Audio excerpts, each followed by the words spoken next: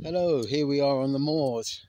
Video I did yesterday, but it didn't work out very well for lots of reasons. But anyway, I thought I'd do one today.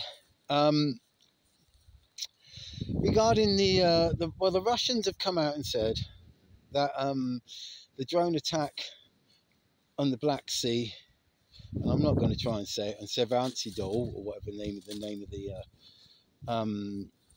port is, which was a fairly half-hearted attempt at drone attacks, as far as I'm concerned, was done by a British Navy, was planned and sort of like organised by a British Royal Navy unit. And apparently it's the same Royal Navy unit that did the Nord Stream 1 and Nord Stream 2 in the Baltic. Now, they say they have evidence of this, and they want to show the evidence at the United Nations in a organised way. Now, we in the West, we're subject to our media and our governments, and we get told basically a pack of lies, a story, a pack of lies from the media. And I think they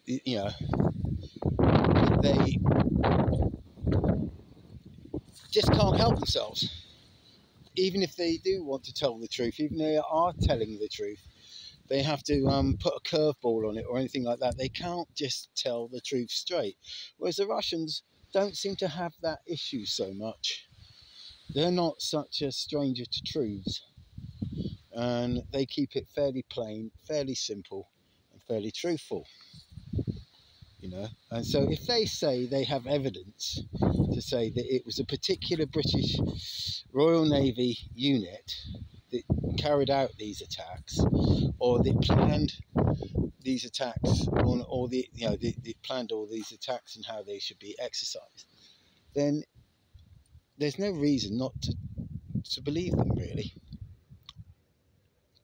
Now, the drone attack, which was under 400 six air drones and 4 undersea drones, were attacking the grain ships leaving Odessa. Now, if you look at it, redo your research, out of all those grain ships leaving Odessa, somewhere between 60 and 80% of those grain ships were coming to Northern Europe, i.e., it was our bread. Basically, 80% of what was attacked was our bread, our wheat, our grain. So why would the British Navy, question one, why would the British Navy attack the grain ships that are delivering to us? I mean, why? That's got to be high treason, isn't it? Two, why would the British Navy attack the supply of gas to Northern Europe, and which they actually took 23% of that gas for themselves as well, or 23% of our gas comes from Northern Europe as well, from the Russian supplies. So why would they attack the pipeline delivering that? The only thing you can come to from that is that they're not actually working for us. The Royal Navy is no longer working for us. They are working for the puppets who are actually controlling the government. And our governments are not governments anymore. They're not government. They're not even they're governments in name only, but they're not actually in practicality government for the people. They are puppets of some nefarious sort of like ringmaster, puppet master behind them, pulling the bloody strings and telling them what to do.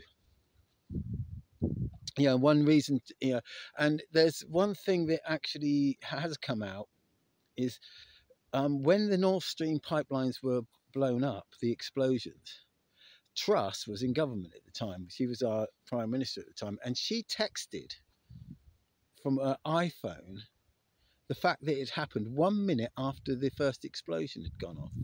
So she was party to the fact that this was going to happen. Now, one of the reasons why I think it's possible that she had to go